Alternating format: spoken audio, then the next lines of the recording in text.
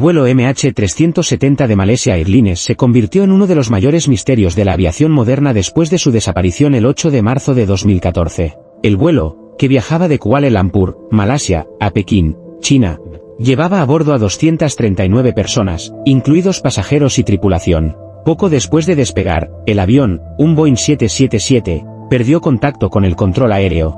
Y desde entonces, no se ha vuelto a saber nada de su paradero. A pesar de esfuerzos de búsqueda internacionales de una magnitud sin precedentes, el avión despegó a las 12:41, pero una hora después, alrededor de las 1:20, la última comunicación con la aeronave ocurrió de forma rutinaria. A las 1:37, el radar civil perdió el contacto con el vuelo. Lo que siguió después fue aún más desconcertante.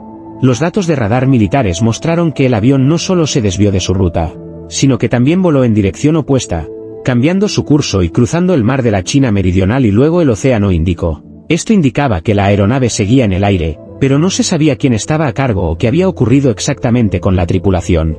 Las autoridades malasias informaron que el avión había realizado un giro inesperado, y se determinó que probablemente voló durante horas después de perder contacto, utilizando automáticamente los datos de satélite que la aeronave envió a una estación terrestre. Durante varios días, las autoridades pensaron que el avión había caído en el mar del sur de China. Pero pronto la búsqueda se expandió a otras áreas, convirtiéndose en un esfuerzo internacional masivo, que involucró a varios países y miles de personas, pero sin ningún resultado concluyente. Lo que hizo que la desaparición fuera aún más inquietante fue la falta de respuestas claras sobre lo que había sucedido con la aeronave. A pesar de las búsquedas intensivas, el resto del avión y la mayoría de los pasajeros nunca fueron encontrados. A lo largo de los años, se ha encontrado solo una pequeña parte de la aeronave, en particular un trozo de flap de ala en una isla del Océano Índico, lo que añadió más incertidumbre al caso. ¿Cómo es posible que un avión tan grande desapareciera de manera tan repentina sin dejar rastro? Esta fue una de las primeras preguntas que alimentó las especulaciones sobre lo que realmente ocurrió esa noche. A medida que pasaban los meses sin avances significativos, comenzaron a surgir numerosas teorías y especulaciones sobre lo que podría haber ocurrido con el vuelo MH370. Una de las teorías más debatidas era la posibilidad de que el avión hubiera sido secuestrado. Se sugería que, si bien los secuestros aéreos no eran comunes en esa época, la desaparición del avión y la falta de rastros de su paradero indicaban que podía haber sido desviado a propósito. Sin embargo, esta teoría no se sustentaba por completo, ya que no había demandas de ningún tipo ni ningún grupo terrorista que reclamara responsabilidad por el acto. Otra de las teorías más controvertidas involucraba la acción del piloto o de la tripulación. Se especuló que el piloto, Zahari Ahmad Shah, había tomado el control del avión de forma deliberada, desviando la aeronave hacia una ruta desconocida y apoderándose de su destino final. Sin embargo, no se pudo probar que el piloto estuviera involucrado en un acto deliberado de sabotaje, y las investigaciones no hallaron pruebas suficientes para confirmar esta hipótesis. A pesar de esto, los informes apuntaron a la existencia de algunos comportamientos inusuales en el comportamiento de la tripulación en los días previos al vuelo, pero no fue suficiente para confirmar ninguna teoría de sabotaje. Otras teorías apuntaban a fallos técnicos en la aeronave, como una pérdida de presurización o un mal funcionamiento que habría dejado a la tripulación y los pasajeros incapacitados. En este caso, el avión habría continuado volando de forma automática hasta agotar su combustible y finalmente estrellarse. Sin embargo, esta teoría no explicaba por qué el avión voló durante tantas horas sin comunicación alguna y por qué no se encontró más restos del vuelo, lo que dejó a los investigadores con más preguntas que respuestas. Una de las teorías más complejas fue la de un accidente catastrófico o un incendio a bordo, que provocó la pérdida de control del avión y su caída al océano. El hecho de que el avión haya volado varias horas después de la pérdida de contacto sugiere que los sistemas automáticos pudieron haber estado operando, lo que permite la hipótesis de que la aeronave podría haber volado durante un tiempo sin control humano, aunque, al igual que con las otras teorías, no había suficientes pruebas para confirmarlo. Finalmente, la teoría más ampliamente aceptada por las autoridades y los investigadores, aunque sin un consenso absoluto, fue que el avión terminó cayendo en una remota región del Océano Índico después de agotar su combustible. Sin embargo, la búsqueda en esta área, que se convirtió en una de las más grandes de la historia, no ha logrado encontrar la mayor parte de los restos del avión. La desaparición del vuelo MH370 no solo ha sido uno de los mayores misterios de la aviación, sino también una de las operaciones de búsqueda más complejas y costosas de la historia. A lo largo de los años, se ha desplegado una increíble cantidad de recursos y esfuerzos en un intento por encontrar la aeronave y comprender qué ocurrió. Inicialmente, la búsqueda comenzó en el mar de la China Meridional, donde el avión había perdido el contacto, pero pronto se extendió a otras zonas, basándose en las últimas señales de satélite detectadas, que sugerían que el avión había viajado hacia el sur, sobre el Océano Índico. La búsqueda en el Océano Índico comenzó a enfocarse en una vasta área cerca de las islas Kerguelen, en el sur del océano. Las autoridades malasias, con la colaboración de varios países, desplegaron barcos, aviones y sumergibles para explorar el lecho marino en busca de restos. En 2015, un fragmento de ala fue encontrado en la isla de la Reunión, en el Océano Índico, lo que brindó esperanza a los investigadores, aunque el descubrimiento no resolvió el misterio. Otros fragmentos de la aeronave fueron encontrados posteriormente en las costas de varios países en la región, pero la falta de restos principales mantuvo la incertidumbre. El gobierno malasio y la Australian Transport Safety Bureau, ATSB, fueron los principales encargados de coordinar la búsqueda en el Océano Índico, que alcanzó una extensión de más de 120,000 kilómetros cuadrados. A pesar de la magnitud del esfuerzo, la búsqueda no ha logrado encontrar la ubicación precisa del avión, lo que ha provocado frustración tanto en las familias de los pasajeros como en los expertos en aviación. En 2018, la búsqueda oficial fue suspendida debido a la falta de avances significativos. Sin embargo, algunos expertos independientes y grupos de investigación privados continúan tratando de analizar los datos y teorías para arrojar más luz sobre lo ocurrido. En la actualidad, el caso sigue siendo un enigma, y aunque algunas teorías sugieren que el avión podría haber sido derribado o sufrió un problema técnico catastrófico, la verdad completa sobre el destino del vuelo MH370 sigue siendo desconocida. El vuelo MH370 es un recordatorio inquietante de los riesgos inherentes a los viajes aéreos. Y el caso sigue siendo un símbolo de la incertidumbre y la frustración en la búsqueda de respuestas. A pesar de los esfuerzos masivos y los avances tecnológicos, el misterio sobre el destino de este vuelo permanece abierto, dejando al mundo con una de las desapariciones más desconcertantes en la historia de la aviación moderna. El caso de Cooper es uno de los misterios más fascinantes y desconcertantes en la historia criminal de Estados Unidos. El 24 de noviembre de 1971, un hombre que se hacía llamar Dan Cooper, aunque sería conocido más tarde como simplemente Cooper debido a un error en el informe de la policía, secuestró un avión de pasajeros en un vuelo comercial que viajaba de Portland, Oregón, a Seattle, Washington. El vuelo 305 de Northwest Orient Airlines, un Boeing 727, se convirtió en el escenario de uno de los secuestros más extraordinarios que jamás se haya resuelto. Cooper subió al avión en Portland con una maleta, se sentó en el asiento 18C, y tras poco tiempo de vuelo, entregó una nota al asistente de vuelo, anunciando que tenía una bomba en su maleta y que la detonaría si no cumplían con sus demandas. Cooper pidió $200,000 en billetes de baja denominación, equivalente a más de $1 millón en la actualidad, 4 paracaídas y un avión de escape para poder abandonar el avión tras recibir el dinero. La tripulación, aterrada pero sin otras opciones, alertó a las autoridades, y en poco tiempo, la policía, el FBI y la Guardia Nacional se movilizaron para cumplir con las demandas de Cooper. El avión aterrizó en Seattle, donde se entregaron los billetes de rescate y los paracaídas a Cooper, quien luego permitió que los 36 pasajeros a bordo fueran liberados. Cooper, sin embargo, retuvo a los miembros de la tripulación y exigió que el avión despegara de nuevo, con destino a México, a través de una ruta determinada por él. A lo largo del vuelo, Cooper mantuvo la calma y tras asegurarse de que la tripulación lo siguiera, saltó del avión en pleno vuelo con los $200,000 en efectivo y un paracaídas. Se arrojó de la aeronave durante la noche, mientras el avión continuaba su curso hacia el sur. Al día siguiente, el avión aterrizó de manera segura en Reno, Nevada, y la búsqueda de Cooper comenzó de inmediato. Sin embargo, la investigación del FBI, que duró más de 45 años, no pudo encontrar rastro alguno del paracaidista o el dinero, y la identidad de Cooper sigue siendo un misterio sin resolver. Aunque se han encontrado algunos restos de dinero en el río Columbia en 1980, el paracaidista y su botín nunca fueron localizados. A lo largo de los años, el caso de Cooper ha generado innumerables teorías y especulaciones sobre su identidad y paradero. Los detalles del secuestro y el posterior salto han dado lugar a especulaciones sobre quién era realmente Cooper y cómo logró desaparecer sin dejar rastro. A pesar de la extensa búsqueda, la falta de evidencia ha permitido que las teorías sobre el secuestrador continúen proliferando. Una de las teorías más populares y controvertidas está relacionada con la disputa entre The Atro Records y Bad Boy Records, particularmente con Notorious B.I.G., un prominente rapero de la costa este y miembro de Bad Boy.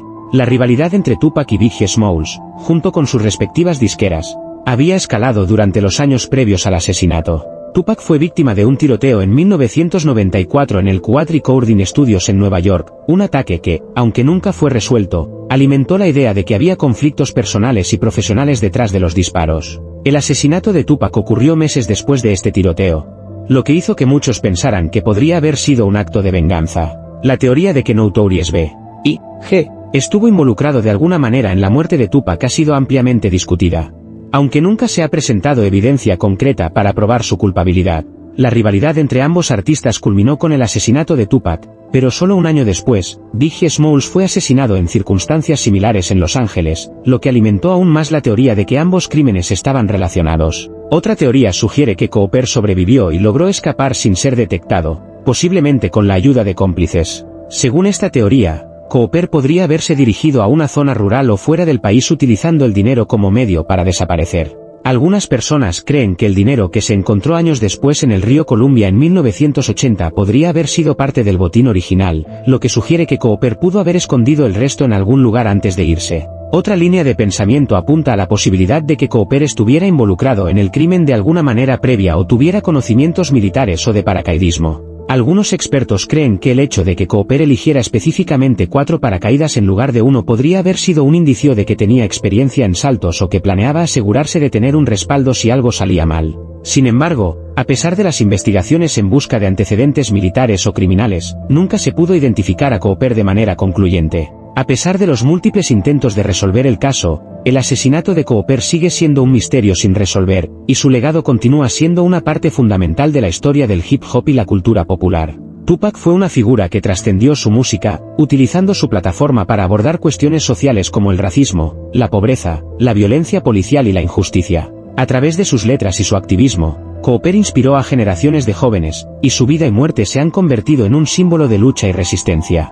Desde su muerte, Cooper ha seguido siendo una figura omnipresente en la cultura musical, con su música, su arte y sus mensajes de empoderamiento que siguen influyendo en los artistas contemporáneos. La incertidumbre que rodea a su muerte solo ha aumentado su misticismo y su influencia, convirtiéndolo en un ícono que sigue siendo reverenciado en el mundo del hip hop y más allá. El asesinato de Cooper ha dado lugar a numerosas teorías documentales, libros y conferencias que intentan desentrañar el misterio. La falta de una resolución oficial ha permitido que el caso permanezca como una fascinante mezcla de especulación, intriga y mito. Sin embargo, los años han pasado, y la falta de nuevas pruebas claras ha mantenido el caso en un estado de estancamiento. El caso sigue siendo un recordatorio de las sombras de violencia que acechaban el mundo del hip hop en los años 90 y cómo estas tensiones llegaron a un punto culminante en el asesinato de 2 de sus estrellas más prominentes. El asesinato de Cooper también sigue siendo un símbolo de los peligros de la fama, la violencia y las luchas internas en la industria musical. Aunque no se ha resuelto, su historia sigue siendo una de las más impactantes y trágicas en la historia de la música moderna,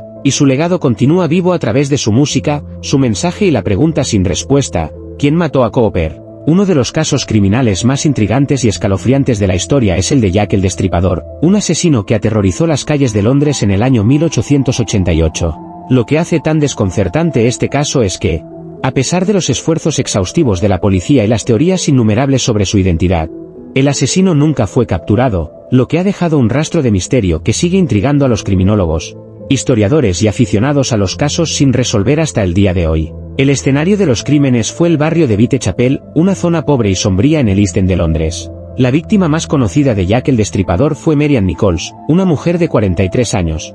Encontrada brutalmente asesinada en la madrugada del 31 de agosto de 1888. Esta fue la primera de una serie de asesinatos escalofriantes que involucraron a mujeres trabajadoras de la calle, la mayoría de las cuales eran prostitutas. Los crímenes se caracterizaron por su extrema violencia, con las víctimas mutiladas de una manera que sugería un conocimiento anatómico, lo que llevó a algunos a teorizar que el asesino podría ser un médico o alguien con habilidades quirúrgicas. Lo que hacía a estos asesinatos aún más aterradores es que, en cada caso, las víctimas fueron atacadas en lugares públicos, y en algunos momentos, se reportaron testimonios de testigos que afirmaban haber visto a un hombre sospechoso, pero nunca hubo pruebas suficientes para identificarlo de manera definitiva. La policía, que estaba completamente desbordada por la naturaleza de los crímenes, empezó a recibir cartas que supuestamente eran enviadas por el propio asesino. La más famosa de estas cartas es la que se conoce como la Carta del Destripador, en la que el autor se jactaba de sus crímenes y se burlaba de los intentos de la policía por atraparlo. El misterio detrás de la identidad de Jack el Destripador ha alimentado todo tipo de teorías y especulaciones a lo largo de los años.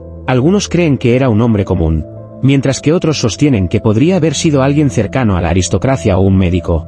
basándose en la precisión de las mutilaciones. Sin embargo, hasta el día de hoy, nadie ha podido identificar con certeza a este asesino, lo que convierte a este caso en uno de los más desconcertantes en la historia de la criminología. La investigación detrás de los asesinatos de Jack el Destripador fue una de las más intensas de su tiempo, aunque no exenta de controversias. En 1888, las autoridades no tenían acceso a los avanzados métodos de investigación forense que conocemos hoy, lo que dificultó la recopilación de pruebas sólidas. La policía de Londres, liderada por el inspector Frederick Berline, estaba completamente sobrepasada por la magnitud de los crímenes. Se llevaron a cabo múltiples entrevistas y se investigaron a varias personas, pero la falta de evidencias claras, como huellas dactilares o pruebas de ADN, hizo que la investigación fuera aún más desafiante. Lo que complicaba aún más las cosas es que los crímenes fueron extremadamente brutales, y no había un patrón claro de cómo se cometían. Aunque todas las víctimas eran mujeres, su edad y apariencia variaban, lo que llevó a algunos a teorizar que Jack el Destripador podría haber matado en un arrebato de furia o que estaba eligiendo sus víctimas de manera más aleatoria. Además, muchos testigos aseguraron haber visto a un hombre que podría haber sido el asesino. Pero las descripciones eran tan vagas y contradictorias que no se pudo identificar a un sospechoso claro. A medida que los asesinatos continuaban, la tensión en Londres aumentaba, y las autoridades decidieron ampliar la investigación a nivel nacional, lo que atrajo la atención internacional. Se comenzaron a formar teorías sobre la identidad de Jack el Destripador, y los medios de comunicación, como los periódicos, empezaron a especular sobre su apariencia y motivaciones. Sin embargo, los asesinatos se detuvieron tan misteriosamente como comenzaron, sin que el asesino fuera nunca capturado, lo que solo aumentó la fascinación por el caso. A lo largo de los años, varios sospechosos han sido mencionados, pero ninguno ha sido probado como el verdadero Jack el Destripador. Entre los más mencionados están un médico llamado Montague Druid, un hombre de clase baja llamado Aaron Kosminski, y el famoso pintor Walter Sickert, aunque las pruebas en su contra son, en su mayoría, especulaciones sin fundamentos concretos. A pesar de estos intentos, el misterio de su identidad persiste, lo que ha convertido a Jack el Destripador en una figura legendaria en la criminología. El caso de Jack el Destripador ha dejado una huella indeleble en la cultura popular y sigue siendo un tema fascinante de debate hasta el día de hoy. Aunque los crímenes ocurrieron hace más de un siglo, el nombre Jack el Destripador sigue siendo sinónimo de misterio y terror. La figura del asesino en serie, que escapa a la justicia, ha inspirado innumerables libros, películas, y teorías que intentan resolver el rompecabezas que dejó atrás. El misterio de la identidad de Jack el Destripador ha dado lugar a una serie de teorías y especulaciones, algunas más razonables que otras. Algunos creen que el caso nunca se resolverá debido a la falta de pruebas claras, mientras que otros sostienen que con los avances tecnológicos actuales, es posible que algún día se pueda identificar al asesino. De hecho, en años recientes, los investigadores han intentado utilizar técnicas modernas como el análisis de ADN para reexaminar las evidencias recogidas en el lugar de los crímenes, pero hasta ahora, no se ha encontrado una respuesta definitiva. A lo largo de los años, los crímenes de Jack el Destripador han influido en la manera en que entendemos a los asesinos en serie. Su caso fue uno de los primeros en atraer la atención masiva de los medios y del público. Y es un ejemplo temprano de cómo los medios de comunicación y la cultura popular pueden contribuir a crear una leyenda alrededor de un crimen sin resolver. Su historia ha sido contada y recontada de innumerables formas, y su figura ha quedado grabada en la memoria colectiva como el prototipo del asesino en serie moderno, lo que sigue alimentando la fascinación por el caso. A pesar de los esfuerzos por resolver el caso, Jack el Destripador sigue siendo uno de los mayores misterios criminales de todos los tiempos, y su legado perdura como un recordatorio de que, incluso en la era moderna, hay crímenes que no siempre encuentran respuesta. La historia de Jack el Destripador sigue siendo una de las más inquietantes y desconcertantes, que mantiene viva la fascinación por los casos criminales no resueltos, y deja una pregunta sin respuesta: ¿quién fue realmente Jack el Destripador? El asesino del Zodíaco es uno de los criminales más notorios y misteriosos en la historia de los Estados Unidos. A mediados de la década de 1960, una serie de asesinatos aterrorizó el norte de California. Y aunque las autoridades trabajaron incansablemente para identificar al responsable, el Zodíaco nunca fue capturado. Lo que hizo que este caso fuera aún más espeluznante es la manera en que el asesino se burlaba de la policía y los medios de comunicación, enviando cartas crípticas y desafiantes que dejaban en evidencia su sensación de control y superioridad. El primer asesinato atribuido al Zodíaco ocurrió el 20 de diciembre de 1968, cuando dos adolescentes, Betty Lou Jensen y David Faraday, fueron asesinados cerca de Vallejo, California. Sin embargo, el caso tomó notoriedad a partir de la mañana del 4 de julio de 1969, cuando el Zodíaco atacó a dos jóvenes, Brian Hartnell y Cecilian Shepard, cerca del lago Berryessa. Durante este ataque, el asesino se acercó a sus víctimas disfrazado con un traje de prisionero y una máscara, y después de apuñalarlos, grabó un símbolo en el coche de las víctimas, que más tarde se convirtió en su firma, el famoso círculo cruzado. Lo que diferenciaba al Zodíaco de otros asesinos era su comportamiento y sus interacciones con la policía y los medios de comunicación.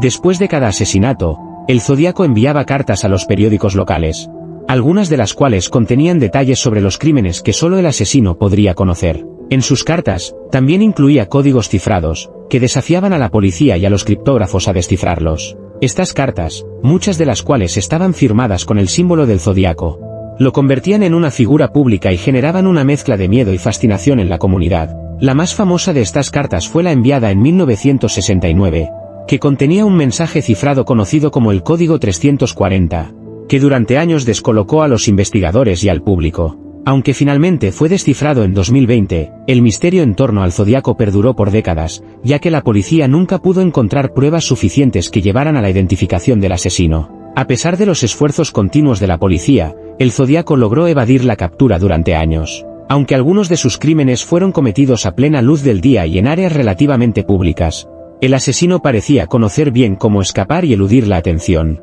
Durante el transcurso de los asesinatos, el Zodíaco nunca dejó atrás huellas dactilares ni pruebas físicas claras que pudieran llevar a su captura.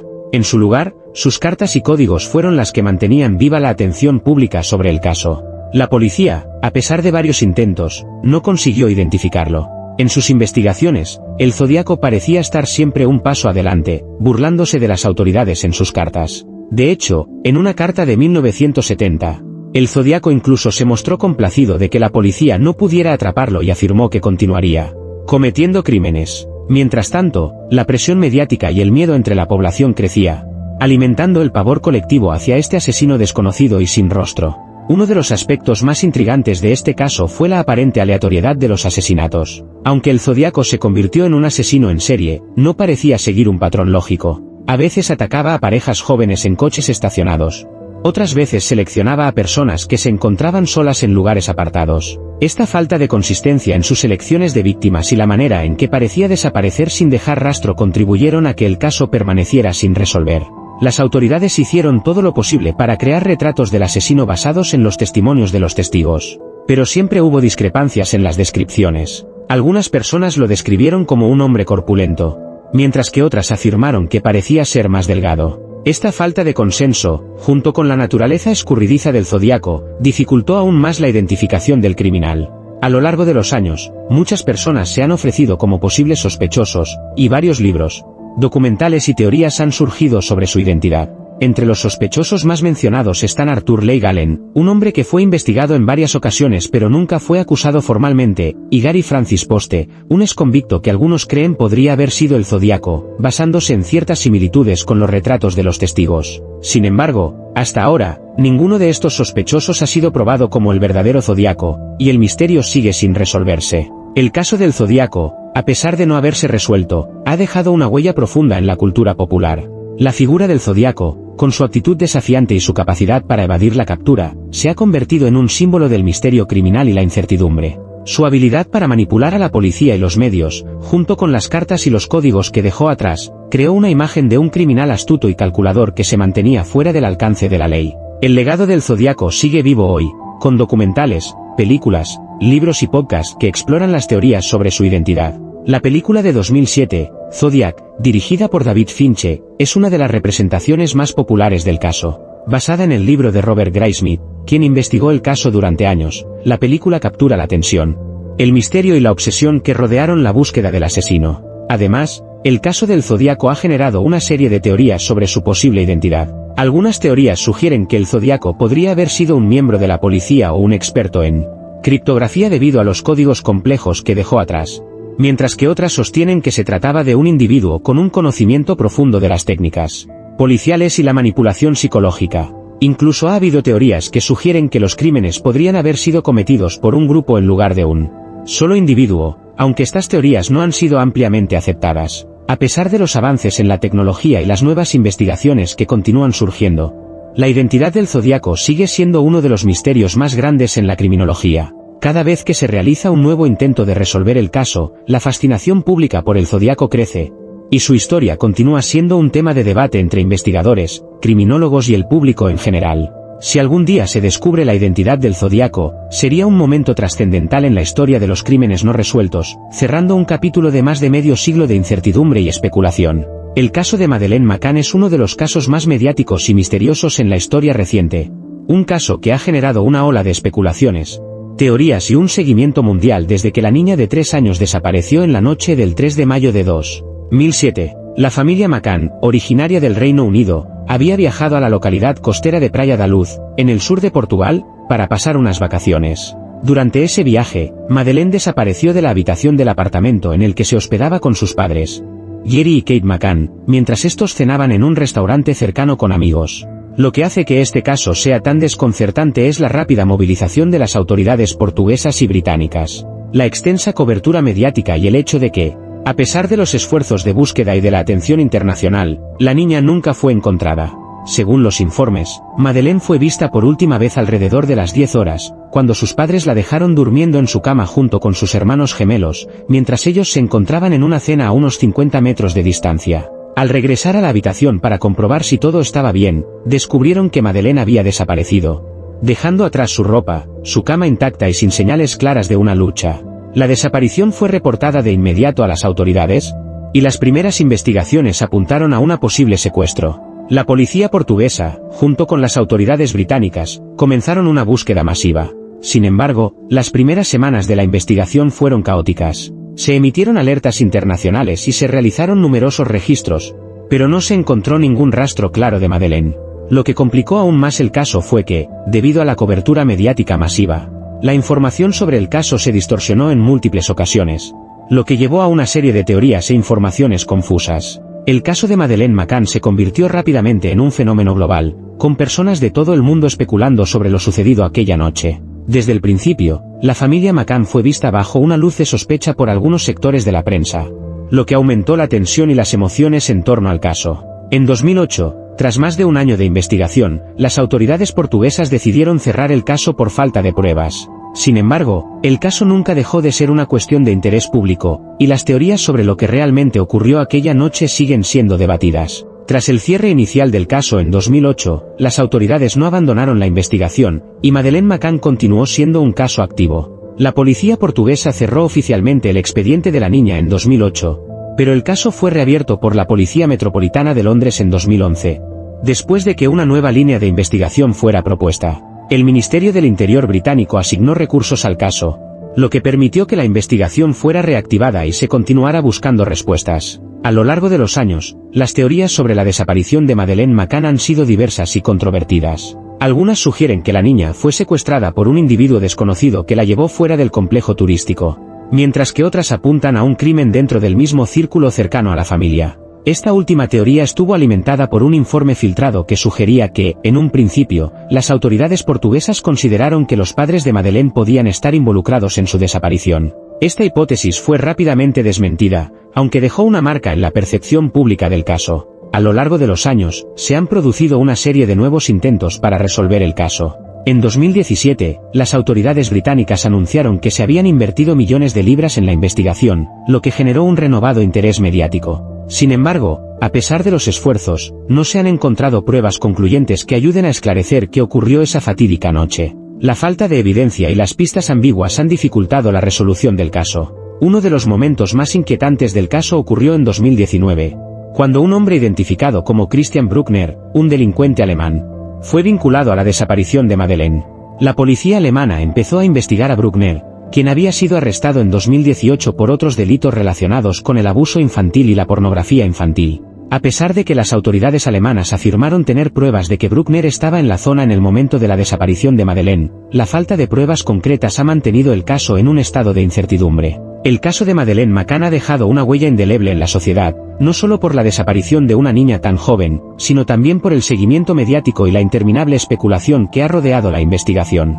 La familia McCann ha sido el centro de atención constante, siendo tanto apoyada como criticada por diversos sectores. En los primeros años de la desaparición, Kate y Jerry McCann recibieron un torrente de apoyo emocional de parte de los ciudadanos, pero también fueron atacados por algunos medios de comunicación, que los acusaban de estar involucrados en la desaparición de su hija. A pesar de los ataques y la presión mediática, la familia nunca dejó de pedir justicia y de luchar por encontrar a su hija. La desaparición de Madeleine McCann también ha tenido un impacto significativo en las leyes de protección infantil y seguridad. El caso generó una mayor conciencia sobre la seguridad infantil en los viajes y en los lugares turísticos, y muchos países implementaron medidas adicionales para prevenir el secuestro de niños y mejorar las respuestas de la policía ante casos similares. La cobertura mediática también ayudó a aumentar la presión sobre las autoridades, obligándolas a mantener la investigación activa durante años. Sin embargo, a pesar de los esfuerzos y avances en la investigación, el caso sigue sin resolverse, dejando a la familia McCann en un estado de constante incertidumbre.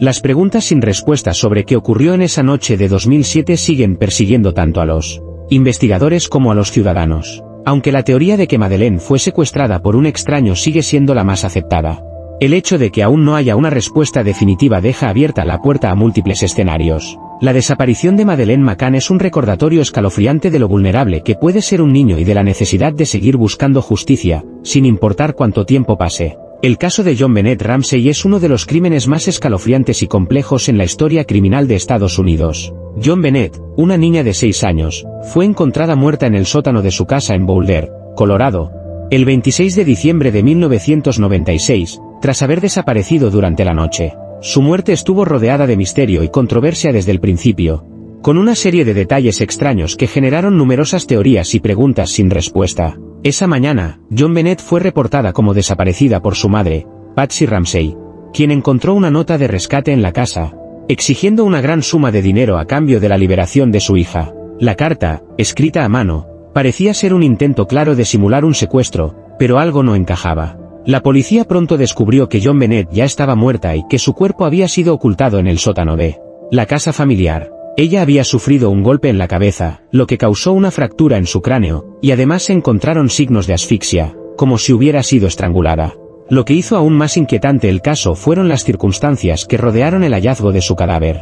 El hecho de que su madre hubiera encontrado la carta de rescate en lugar de una llamada telefónica de los secuestradores hizo que la policía cuestionara la veracidad de la nota. Además, había varias inconsistencias en las declaraciones de los padres y otros miembros de la familia. La policía inicialmente trató el caso como un secuestro seguido de un asesinato, pero pronto comenzó a sospechar que la familia pudiera estar involucrada, lo que dio lugar a una investigación mucho más compleja. Desde el principio, la atención de los medios de comunicación fue feroz, y el caso se convirtió en un tema de debate público en todo el país. Las teorías sobre el posible autor del crimen comenzaron a proliferar, pero la falta de evidencia concluyente hizo que las sospechas se mantuvieran en un limbo. A pesar de los esfuerzos de la policía de Boulder, la investigación parecía estancarse, y el asesinato de JonBenét Ramsey se convirtió en uno de los casos más mediáticos y desconcertantes en la historia criminal estadounidense. Desde el comienzo de la investigación, las autoridades enfrentaron múltiples desafíos. La escena del crimen, que había sido comprometida por la presencia de familiares y amigos en la casa, dificultó la recolección de pruebas útiles.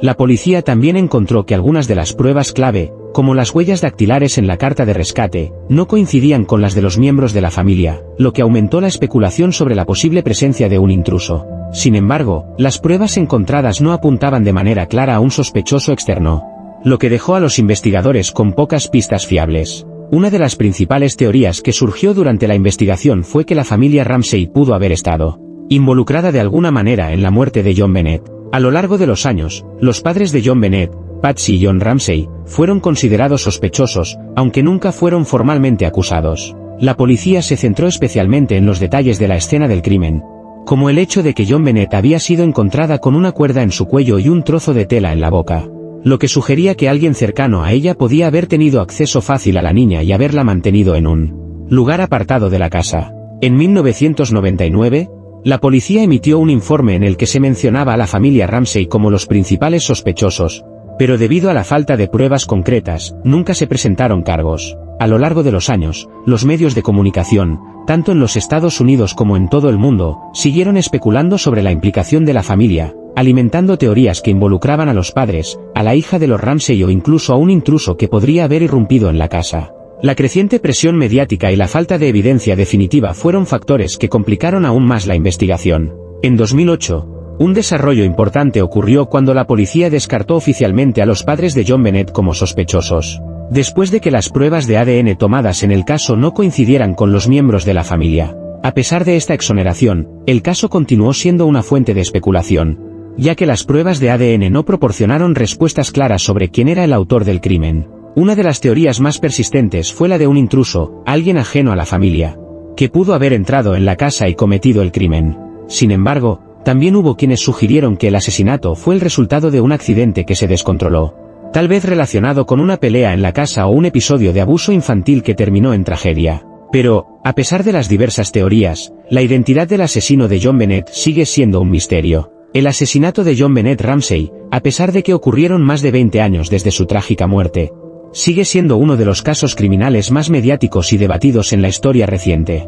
Su muerte dejó una marca profunda en la sociedad, generando preguntas sobre la seguridad infantil, la relación entre los medios de comunicación y la investigación criminal, y la manera en que los casos de alto perfil pueden ser tratados por las autoridades. A lo largo de los años, muchos intentos de resolver el caso se han realizado, pero el misterio persiste. El caso de John Bennett ha inspirado numerosos libros, documentales y programas de televisión que han analizado cada detalle del crimen, desde las pruebas forenses hasta las declaraciones de los testigos. Las teorías sobre la identidad del asesino siguen siendo discutidas con frecuencia, y el caso sigue siendo un tema fascinante para los criminólogos y el público en general. El asesinato de John Bennett también ha tenido un impacto significativo en la forma en que los medios cubren los casos criminales. La cobertura mediática masiva, que en muchos casos se centró más en los aspectos sensacionalistas del caso que en los hechos reales, fue vista por algunos como un obstáculo para la resolución del crimen.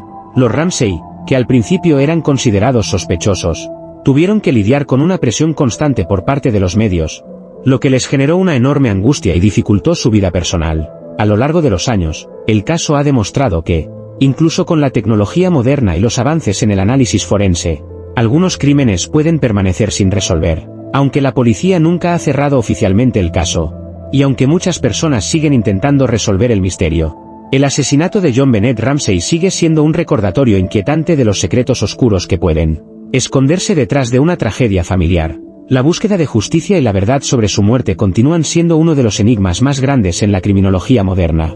La desaparición de Emanuela Orlandi es uno de los casos más enigmáticos y complejos en la historia criminal de Italia. Emanuela, una joven de 15 años, desapareció el 22 de junio de 1983, en circunstancias que aún hoy siguen siendo objeto de debate y especulación. La chica, que vivía en el Vaticano con su familia, desapareció en pleno centro de Roma mientras se dirigía a una clase de música. Fue vista por última vez en la Plaza San Pedro, en las inmediaciones de la Ciudad del Vaticano, y desde entonces nunca más se volvió a saber de ella. El día de su desaparición, Emanuela había estado en su clase de música en la Escuela de Música de Roma y decidió regresar a casa en transporte público. Sin embargo, al llegar a la parada del autobús, una llamada telefónica a su casa cambió su ruta. Durante esta llamada, Emanuela dijo que se encontraría con un grupo de amigos, pero nunca llegó a su destino. A partir de ahí, las investigaciones se desataron rápidamente, pero la falta de pistas claras sobre su paradero dificultó el avance del caso.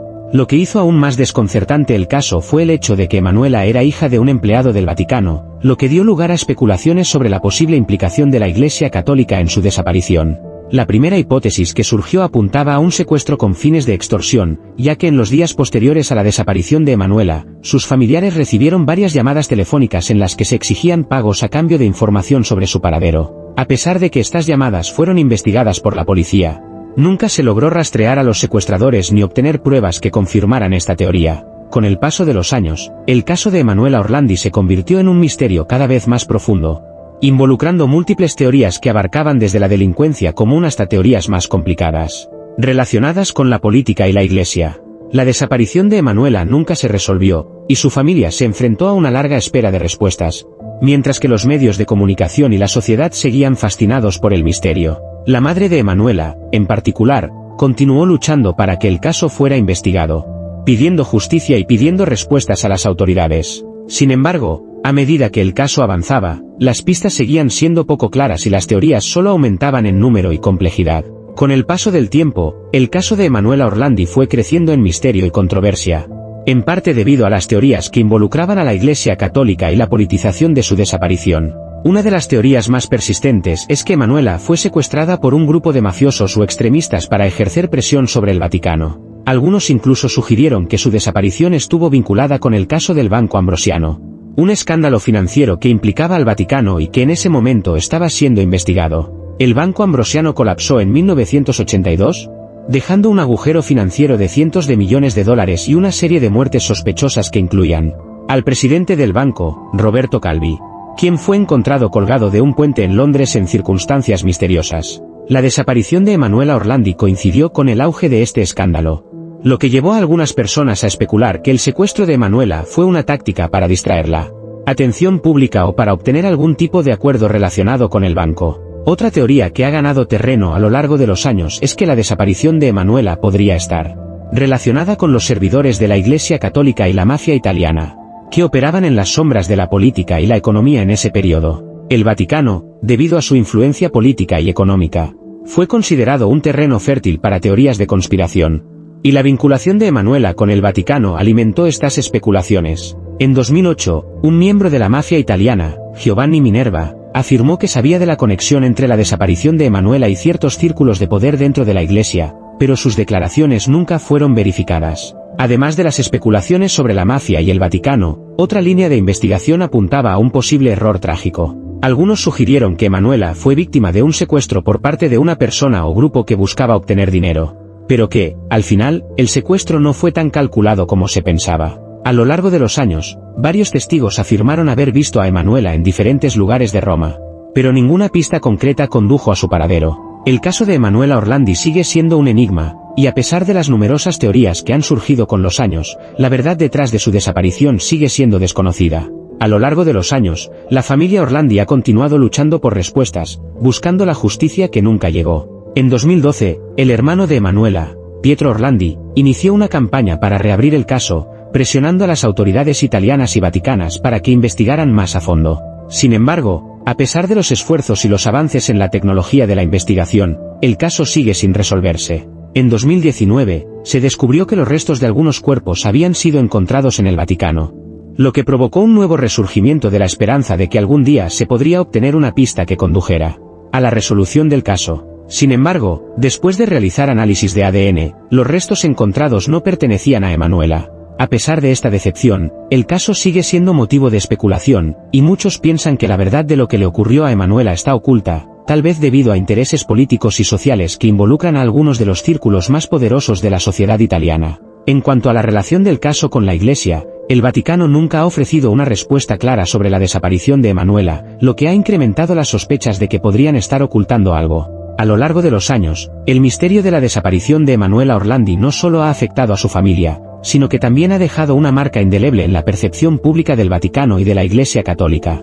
La falta de transparencia y las continuas especulaciones alimentan la sensación de que hay algo más detrás de su desaparición que nunca se ha revelado. La desaparición de Emanuela Orlandi sigue siendo uno de los casos más escalofriantes y perturbadores de Italia, con cada nueva generación de investigadores y periodistas que intentan arrojar luz sobre lo ocurrido. Mientras tanto, la familia de Emanuela continúa su búsqueda, sin descanso, de la verdad y la justicia. Tupac Amaru Shakur fue uno de los artistas más influyentes y controvertidos de la música, un ícono del hip hop que no solo dejó una marca indeleble en la industria musical, sino que también se convirtió en un símbolo cultural. Con su habilidad lírica, su activismo y su actitud desafiante, Tupac se ganó tanto el respeto como la animosidad de muchas personas. Sin embargo, su vida se vio trágicamente interrumpida cuando fue asesinado en Las Vegas en la noche del 7 de septiembre de 1996, a la edad de 25 años. La muerte de Tupac, uno de los raperos más famosos de todos los tiempos, se produjo en un contexto de tensión creciente entre dos de las principales facciones del hip hop en los años 90.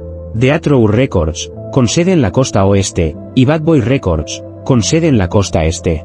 La rivalidad entre estos dos sellos discográficos, junto con las disputas personales entre los artistas y las luchas de poder en la industria, contribuyó a lo que más tarde se conocería como la Guerra del Rap. Tupac, en particular, estaba en el centro de este conflicto, y su vida fue marcada por una serie de incidentes que lo vinculaban con la violencia y la controversia. La noche de su asesinato, Tupac asistió a una pelea de boxeo entre Mike Tyson y Bruce Seldon en el MGM Grand Hotel de Las Vegas. Después del evento, Tupac, junto a su amigo y productor Marion Suge Knight, estaba en su camino de regreso al automóvil cuando fueron emboscados. A las 11:15 p.m., Tupac fue disparado en un tiroteo desde un vehículo en movimiento. Recibió múltiples disparos, incluido uno en el pecho que le causó graves heridas. A pesar de los esfuerzos para salvarlo, Tupac murió 6 días después, el 13 de septiembre de 1996, debido a la gravedad de sus heridas. El tiroteo de Tupac fue un momento de shock para la industria musical y dejó a millones de fanáticos y observadores con más preguntas que respuestas.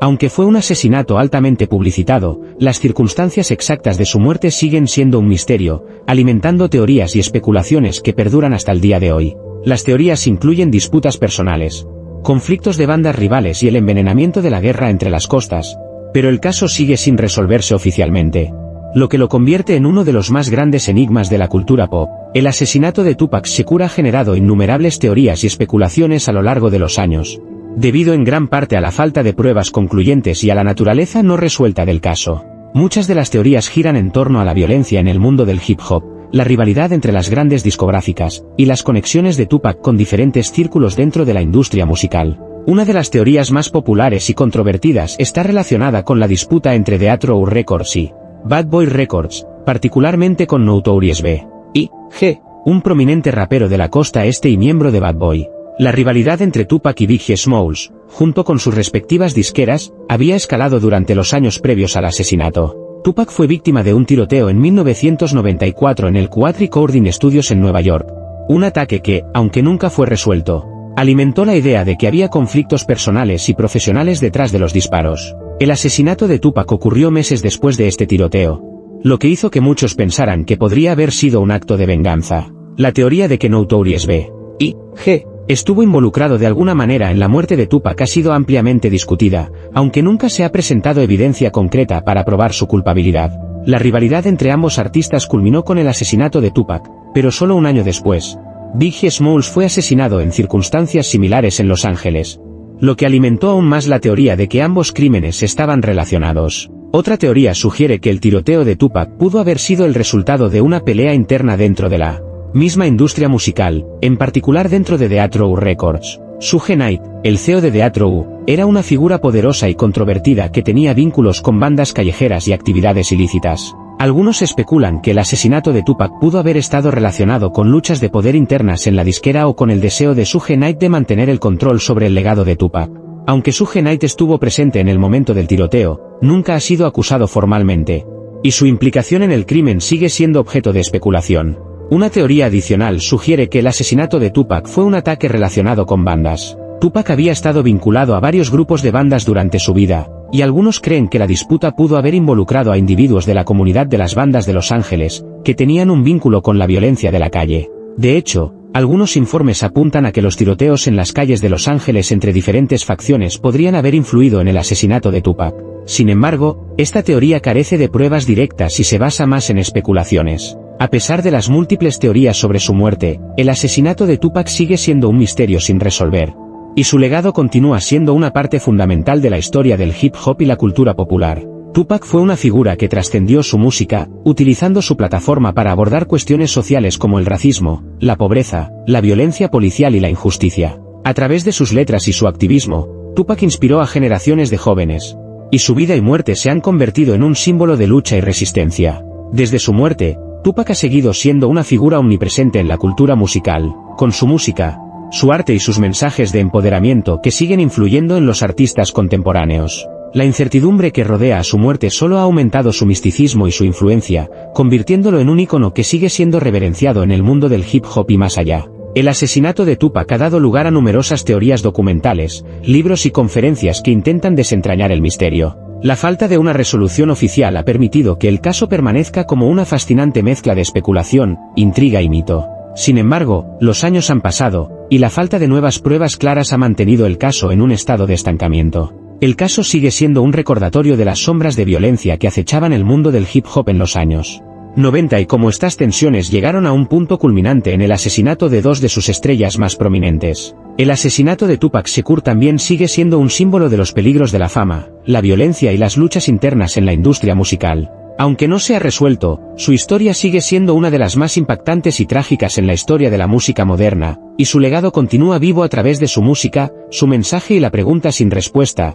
El robo del Museo Isabella Stewart Gardner es considerado uno de los crímenes más grandes en la historia del arte, y uno de los misterios más desconcertantes del mundo del robo de arte. Ocurrió en la madrugada del 18 de marzo de 1990, cuando dos hombres vestidos como policías entraron al museo en Boston, Massachusetts. Los hombres se presentaron como oficiales de policía y Después de una breve interacción con los guardias de seguridad, lograron acceder a las áreas privadas del museo, donde robaron 13 obras maestras que hoy están valoradas en alrededor de 500 millones de dólares. Lo que hace este robo tan fascinante y misterioso es la audaz planificación. El robo de algunas de las piezas de arte más famosas del mundo, y lo más desconcertante, el hecho de que nunca se han encontrado las obras robadas. Los ladrones, tras engañar a los guardias de seguridad, procedieron a robar las piezas más valiosas del museo, incluyendo obras de Vermeer, Rembrandt, Manet y Degas. Entre las piezas más famosas robadas estaba la pintura de Vermeer titulada La conciencia tranquila, de Concert, y el famoso retrato de un hombre en sombrero rojo de Rembrandt, una de sus obras más emblemáticas. Después de que los ladrones se llevaron las obras, desaparecieron sin dejar rastro, y el museo no volvió a recibir ninguna información sobre el paradero de las pinturas. Lo que hizo aún más extraño este caso fue la aparente falta de pistas o evidencia de los perpetradores. No se encontraron huellas dactilares ni pruebas físicas que pudieran ayudar a la policía a identificar a los ladrones, lo que complicó aún más la investigación. Además de la desaparición de las piezas, la intriga creció debido a la manera en que los ladrones se movieron dentro del museo. No hubo alarmas, no hubo disparos ni señales de lucha, lo que sugiere que los ladrones conocían muy bien el lugar y fueron extremadamente meticulosos en su planificación. Aunque algunas teorías apuntan a que el robo fue perpetrado por una organización criminal, el hecho de que las piezas nunca hayan sido revendidas ni aparecido en el mercado negro ha mantenido viva la especulación sobre la identidad de los ladrones y las motivaciones detrás del robo. Desde el robo, el caso del Museo Isabella Stewart Gardner ha sido investigado por varias agencias, incluido el FBI. La recompensa por información sobre las obras robadas ha sido de $10 millones, y la investigación ha sido una de las más largas y complejas en la historia del robo de arte. Sin embargo, a pesar de los esfuerzos, las obras nunca han sido recuperadas, y no se ha resuelto el misterio de quiénes fueron los ladrones o cuál fue su destino final. Las teorías sobre los ladrones y su motivación son amplias. Una de las hipótesis más discutidas es que el robo fue llevado a cabo por una banda criminal organizada con la intención de vender las obras robadas en el mercado negro. Sin embargo, lo que hace que este caso sea aún más desconcertante es que, a diferencia de otros robos de arte donde las piezas suelen ser vendidas, las pinturas robadas de Isabella Stewart Gardner nunca han sido localizadas ni revueltas en el comercio ilícito. Esto lleva a algunos investigadores a pensar que el robo pudo haber sido un encargo específico o parte de un plan más grande. Otra teoría sugiere que las obras robadas fueron destruidas o escondidas, quizás debido a que los ladrones no pudieron encontrar compradores para ellas o decidieron deshacerse de las pruebas. En este sentido, algunos creen que las piezas fueron dañadas y arrojadas a un lugar apartado, como un río o un basurero, lo que hace aún más difícil su localización. Una de las teorías más intrigantes sugiere que el robo fue llevado a cabo por personas con conocimientos internos del museo, es decir, alguien con acceso al lugar y conocimiento de cómo funcionaban las alarmas y los sistemas de seguridad. A lo largo de los años, se ha especulado que los ladrones pudieron haber tenido algún tipo de conexión con el museo o con personas cercanas a la institución. Algunos incluso mencionan la posibilidad de que se tratara de un robo de adentro hacia afuera, es decir, perpetrado por alguien que trabajaba dentro del museo o que conocía bien el protocolo de seguridad.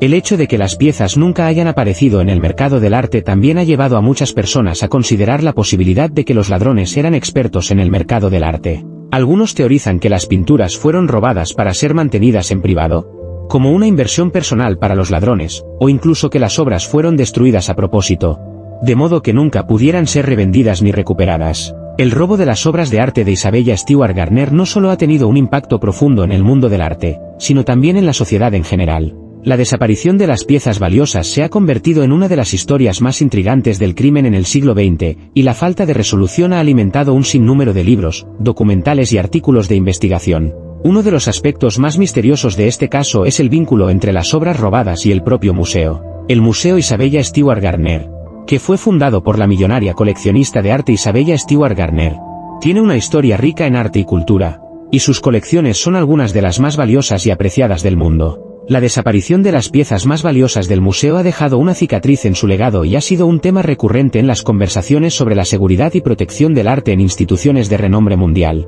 El museo, a pesar de la pérdida, ha mantenido una política de no cambiar la disposición de las salas de exposición, manteniendo las paredes vacías donde estaban colgadas las obras robadas. Esta decisión se ha convertido en un símbolo de la pérdida y un recordatorio constante de lo que fue, alimentando la fascinación por el robo y la continua búsqueda de respuestas. El museo también ha mantenido una recompensa significativa por la información que conduzca a la recuperación de las piezas robadas, y ha logrado mantener el caso vivo en la mente del público. Además, el robo ha tenido un impacto considerable en la seguridad del arte a nivel mundial.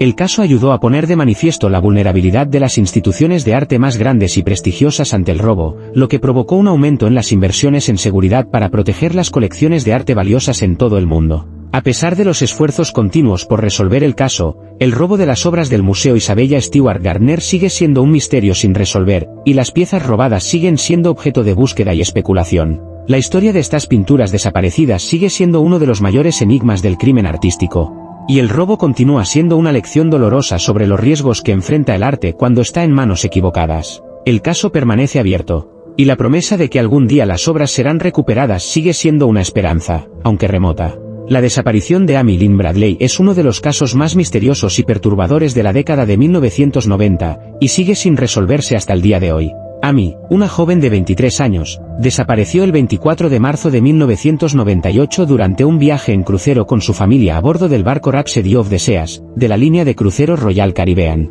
La joven, originaria de Virginia, Estados Unidos, estaba de vacaciones con su familia, disfrutando de un viaje por el Caribe. Al principio, todo parecía normal, pero la mañana siguiente a su desaparición, Amy fue reportada como desaparecida. La noche antes de su desaparición, Amy fue vista por última vez en la cubierta del barco, donde estaba con su familia y amigos, disfrutando de las actividades y entretenimiento del crucero. A la mañana siguiente, el padre de Amy, Ron Bradley, fue a la habitación de su hija para despertar y descubrir que ella ya no estaba allí.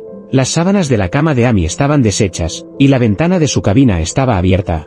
Pero no había señales claras de una lucha o de un accidente. Ante la falta de pruebas sobre lo que había sucedido, la familia alertó a la tripulación y a las autoridades, quienes comenzaron una búsqueda en el barco y en las aguas circundantes. La investigación inicial sobre su desaparición no arrojó resultados inmediatos. La tripulación del barco, así como las autoridades locales, comenzaron a buscar en la embarcación, pero no encontraron rastro de Amy. Al principio, se pensó que la joven podría haber caído al mar, pero pronto surgieron dudas sobre esta teoría, ya que no se encontraron pruebas que indicaran que Amy se hubiera lanzado al agua. La situación se complicó aún más cuando la familia Bradley descubrió que, a pesar de que la búsqueda había sido amplia, la tripulación no había tomado medidas inmediatas para buscar a Amy hasta que se lo pidieron. A medida que pasaba el tiempo, comenzaron a surgir teorías sobre la desaparición de Amy, muchas de las cuales apuntaban a la posibilidad de que no se tratara de un accidente, sino de un secuestro. A pesar de que las autoridades realizaron una investigación formal, el caso pronto se convirtió en un enigma sin resolver, y la desaparición de Amy Lynn Bradley comenzó a captar la atención del público, alimentando teorías de todo tipo. Con el paso de los años, la desaparición de Amy Lynn Bradley ha generado varias teorías sobre lo que realmente ocurrió durante esa fatídica noche. Algunas teorías sugieren que Amy pudo haber sido víctima de un secuestro, ya sea por parte de alguien dentro del propio barco o de personas fuera de la tripulación. En el caso de un secuestro, algunos especulan que Amy fue tomada y probablemente vendida a una red de trata de personas. Una de las teorías más discutidas surgió cuando un pasajero del crucero, que se encontraba en el barco al momento de la desaparición de Amy, afirmó haber visto a una mujer con las características de Amy siendo llevada en contra de su voluntad por un grupo de hombres en el puerto de Aruba, la isla a la que el barco había hecho una parada antes de la desaparición de la joven. Según este testimonio, la mujer tenía signos de haber sido forzada a ir con ellos y estaba aparentemente bajo el control de los hombres, lo que alimentó la teoría de que Amy pudo haber sido víctima de una red de trata de personas en la región. Los padres de Amy recibieron una foto poco después de su desaparición, en la que se veía a una mujer con características similares a las de su hija. La foto fue tomada en un club nocturno en Curazao, una isla cercana a Aruba, y mostraba a una mujer con características físicas similares a Amy, aunque el rostro estaba borroso y la calidad de la imagen era mala. La familia y los investigadores intentaron identificar a la mujer de la foto, pero nunca se logró confirmar si se trataba de Amy. Además de la teoría del secuestro, algunos investigadores sugirieron que Amy pudo haber sido víctima de una agresión sexual antes de su desaparición. La joven fue vista por última vez con varios hombres en el barco antes de su desaparición, y algunos testigos afirmaron que Amy parecía estar en una situación incómoda con algunos de ellos. Sin embargo, no se encontraron pruebas definitivas de que hubiera ocurrido un delito sexual. Otra teoría sugiere que Amy podría haber decidido irse por su cuenta, tal vez por razones personales o emocionales, y que su desaparición fue el resultado de un acto voluntario. Sin embargo, esta hipótesis fue rápidamente descartada por los familiares y amigos cercanos, quienes afirmaron que Amy nunca habría dejado a su familia de esa manera, y que ella era una persona responsable y dedicada. La falta de pruebas y la complejidad del caso han dejado muchas preguntas sin respuesta.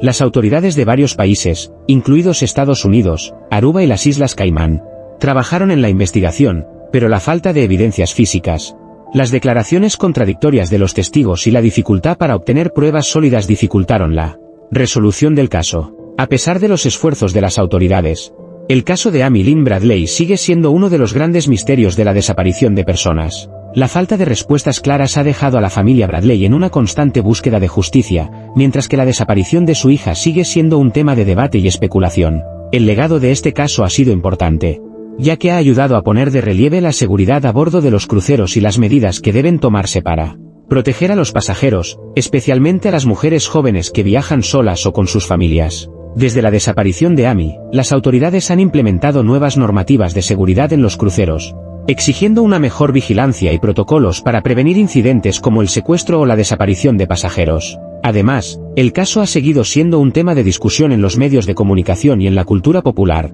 con documentales, libros y programas de televisión que han intentado arrojar luz sobre lo que realmente ocurrió. La historia de Amy ha servido como un recordatorio de lo vulnerables que pueden ser las personas mientras viajan y como las investigaciones en casos de desapariciones pueden verse dificultadas por factores como la falta de pruebas o la falta de cooperación entre autoridades de diferentes países. La familia de Amy, que continúa buscando respuestas sobre lo que sucedió con su hija, ha mantenido viva la esperanza de que algún día se resolverá el misterio. Aunque el caso está oficialmente cerrado, algunos siguen creyendo que la verdad detrás de la desaparición de Amy Lynn Bradley puede ser descubierta algún día, y que la joven, que desapareció en 1998, puede finalmente ser encontrada. Mientras tanto, su historia sigue siendo un doloroso recordatorio de los riesgos que enfrentan los viajeros y la necesidad de seguir buscando justicia para aquellos que desaparecen sin dejar rastro.